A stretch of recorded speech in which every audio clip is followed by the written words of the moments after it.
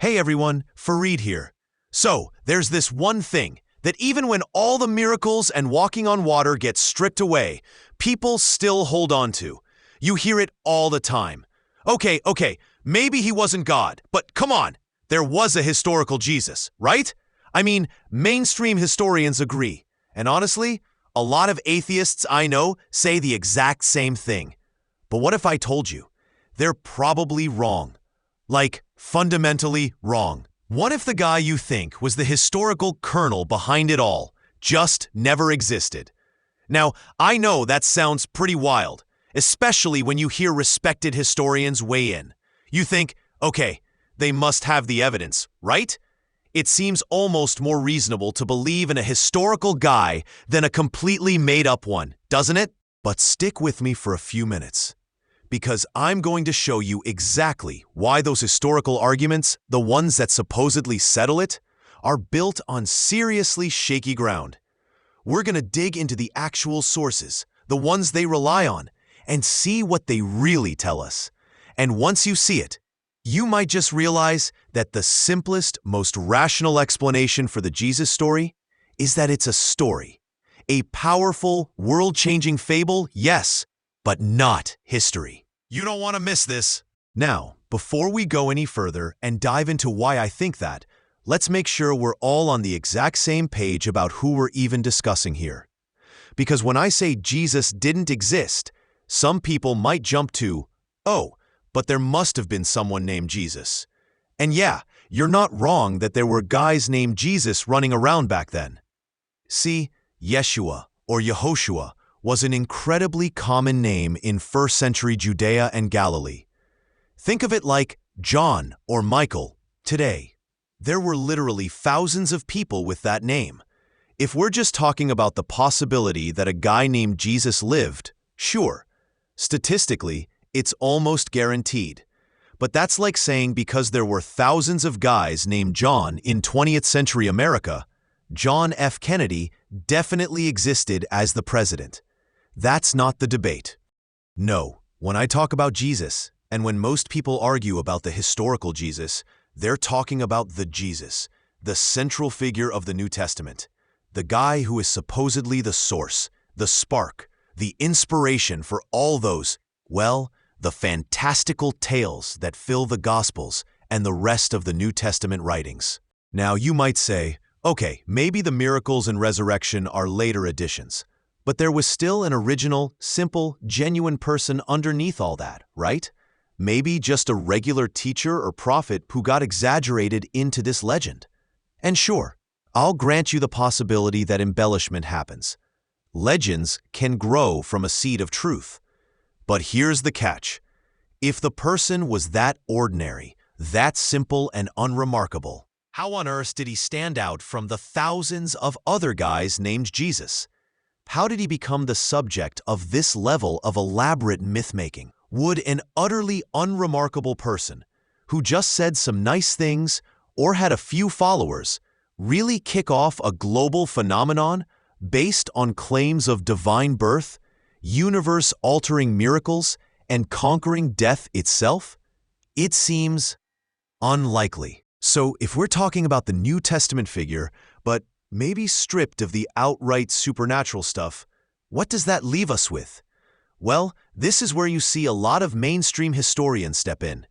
Guys like Bart Ehrman, for example, who are brilliant scholars, but I think they take a wrong turn here.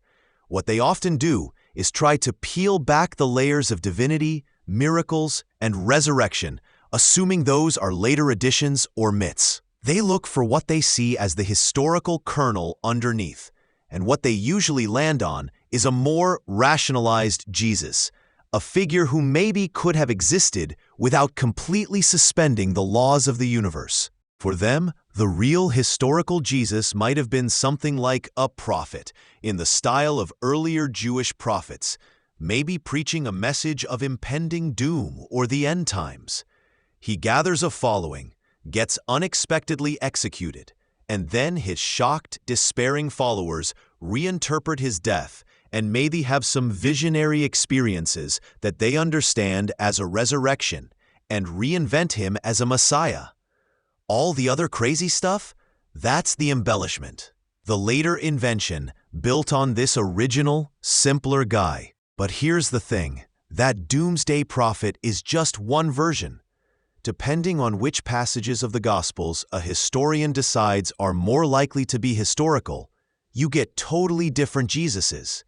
You'll find academics arguing for Jesus as a radical rabbi challenging the religious authorities, or maybe a Jewish nationalist with political aims, or just a simple folk healer and wisdom teacher wandering around. You can practically pick your favorite flavor of rational Jesus. The common thread is they're all attempts to create an acceptable, non-supernatural figure who could plausibly exist in history, who doesn't require you to believe in impossible things. They're trying to build a Jesus that fits into our understanding of reality. So you've got all these different versions of a historical Jesus, prophet, teacher, revolutionary, all designed to fit neatly into history without needing miracles. But here's the absolutely crucial question we need to ask. Why do I say these are all just speculations? The reason is simple, and frankly, it's the biggest hole in the historical Jesus argument. Not a single one of these rationalized Jesuses is built on solid, verifiable evidence from outside of the Bible. Seriously, none of them. Think about it. We have historical records, albeit sometimes fragmented, for many minor figures in the Roman Empire and Judea from that period. We have mentions of people like Pontius Pilate, the Roman governor, or Caiaphas, the high priest, in non-Christian sources. But despite the Gospels describing events that should have caused a stir, like, mass healings, feeding thousands, or even people rising from the dead after Jesus' crucifixion, Jesus himself is conspicuously absent from any contemporary, non-biblical historical records. Now you'll sometimes hear about mentions by Roman historians like Tacitus or Jewish historian Josephus, but these are much later, decades, even a century after the supposed events. And critically, scholars intensely debate whether these brief mentions are original, independent accounts, or later additions or modifications by Christian copyists, or simply reflecting what Christians were already saying about Jesus, rather than providing independent evidence that he actually existed as a historical person. They aren't the clear, cross-referenced accounts you'd expect if a figure like the New Testament Jesus, even a non-miraculous version, had truly impacted the historical stage in the ways described. So with no solid external evidence to build on, how do historians construct these historical Jesuses? They do it by relying almost entirely on the New Testament Gospels themselves. But as we've seen, they also agree that the Gospels are full of legendary material, miracles, and theological claims. So they have to perform a kind of historical surgery. They go through the text and try to decide, okay, that saying sounds authentic.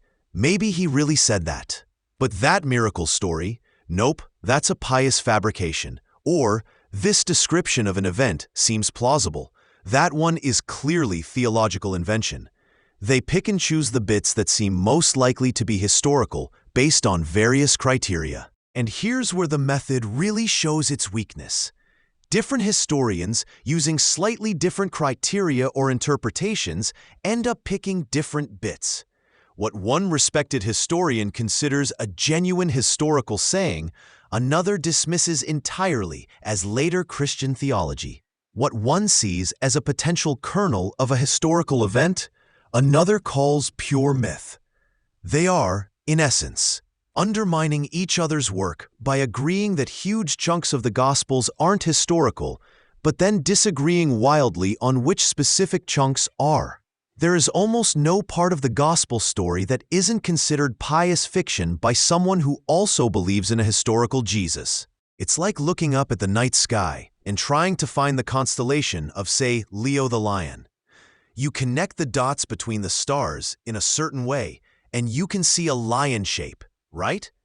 But is there an actual lion up there? No, of course not. You're imposing a shape onto existing points of light. These historical Jesuses often feel the same way. They're connecting the dots within a story that's widely acknowledged to contain massive amounts of fabrication and trying to impose a historical figure shape onto it. But there's no independent figure verifiable underneath those dots. Because, ultimately, if the sources they're relying on are that unreliable, that full of acknowledged fiction, and they can't even agree among themselves what the real parts are, and there's no solid external evidence, then maybe we need to reconsider the whole approach. So, if the historical Jesus arguments are built on speculation, selective reading, and a striking lack of solid independent evidence, then what's the alternative? What happens if we apply a principle that's fundamental to rational thinking and science, the principle of parsimony, or Occam's razor? This basically says the simplest explanation that fits all the evidence is usually the right one. When you look at the situation through that lens, the simplest, most rational explanation, the one that requires the fewest unproven assumptions, is this: no human Jesus in any of the ways he's described or even rationalized by historians ever actually existed. Think about it.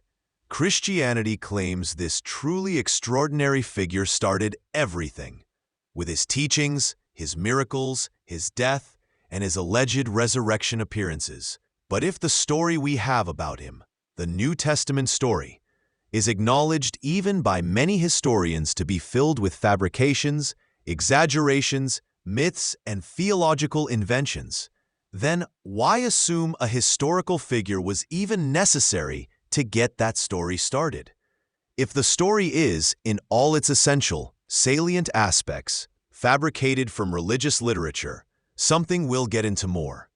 Why do you need a minor historical character, someone so unremarkable they stayed below the visible event horizon of history, leaving no clear trace, to be the starting point? Was some obscure, executed prophet really necessary, or even useful, to kick off a movement based on tales of a cosmic messiah performing impossible feats? The extraordinary claims require extraordinary evidence, and for a historical Jesus, especially one who supposedly inspired a global religion, that evidence just isn't there, not from reliable, independent sources. So, the most parsimonious explanation, the one that doesn't require inventing a historical figure with no real backing, is that the figure is part of the fable itself.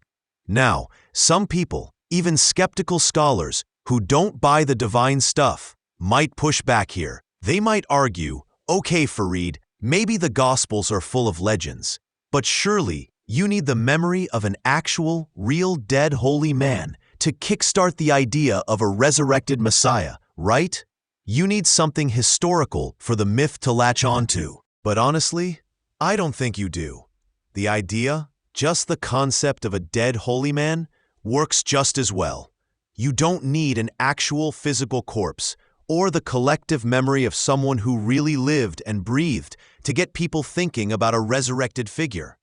Ideas have power all on their own, especially in a religious context already steeped in prophecies and messianic hopes. And we can be remarkably confident that it was the idea they were working with, not accurate memories of a real person. Because when we look at where these stories actually came from, the documents themselves, it becomes pretty clear they weren't written by people jotting down things they saw a few weeks ago. All right, so if we agree that maybe you don't need an actual physical dead person to start the idea of a resurrected figure, the next logical step is to look at the documents that tell the story. The Gospels of Matthew, Mark, Luke, and John. And here's something crucially important that's widely accepted by scholars, even religious ones.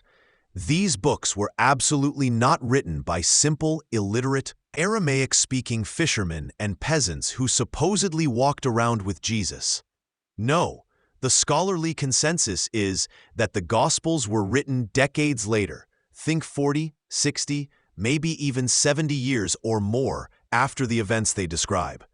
They were written by literate, educated individuals, and crucially, they were written in Greek, specifically Koine Greek, the common language of the Roman Empire, not Aramaic, which is what Jesus and his disciples would have spoken. What's more, the writers of the Gospel sometimes show a bit of haziness about the geography and specific customs of first-century Jewish Galilee and Judea that you wouldn't expect from someone who had actually lived there and witnessed these events firsthand.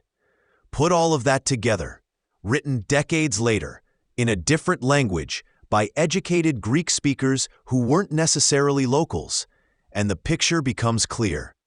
These were not eyewitness accounts.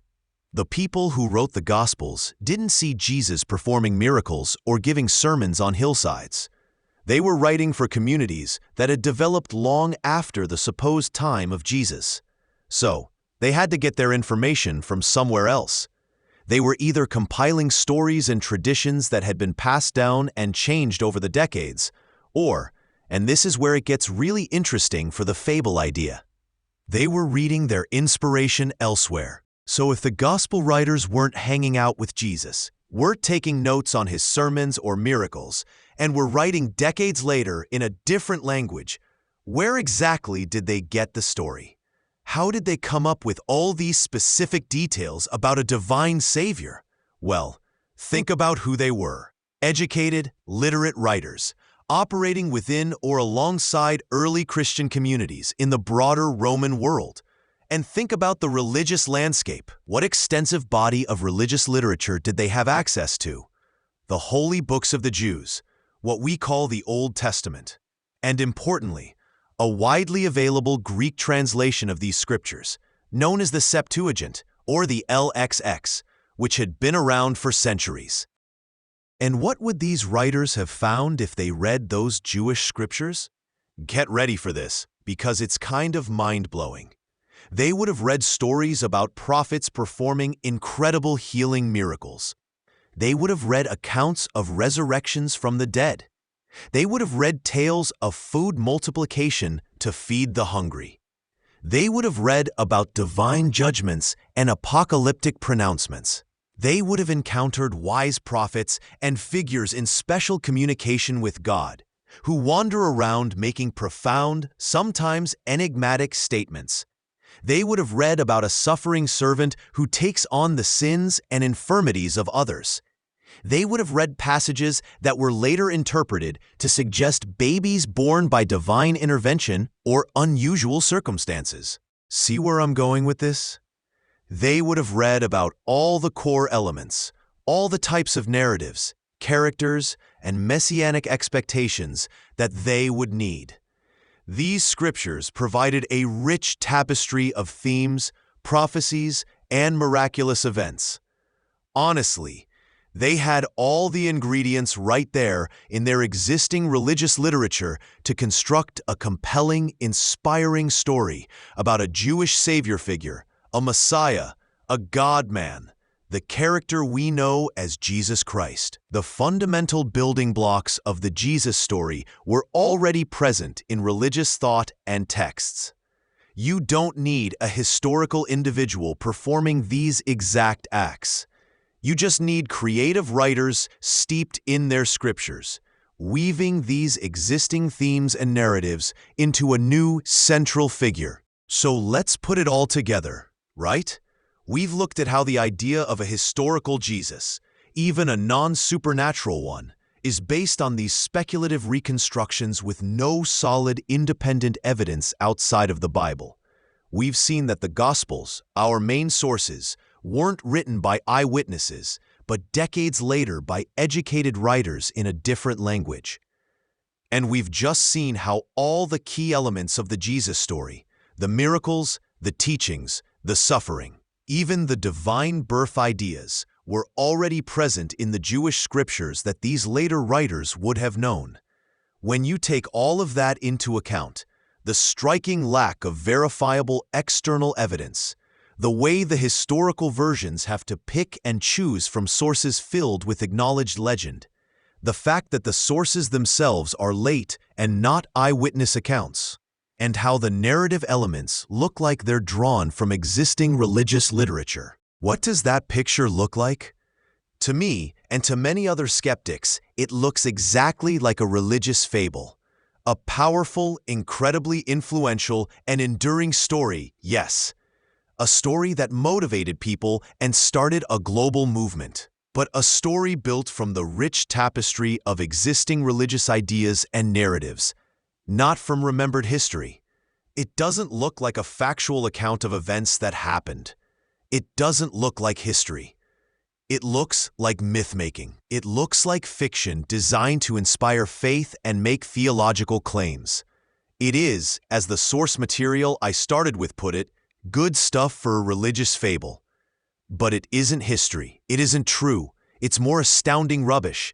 At least astounding in how successful that rubbish was at starting a religion, while still being, fundamentally, a fabrication. So that's my case for why the story of Jesus belongs in the realm of religious fable, not remembered history.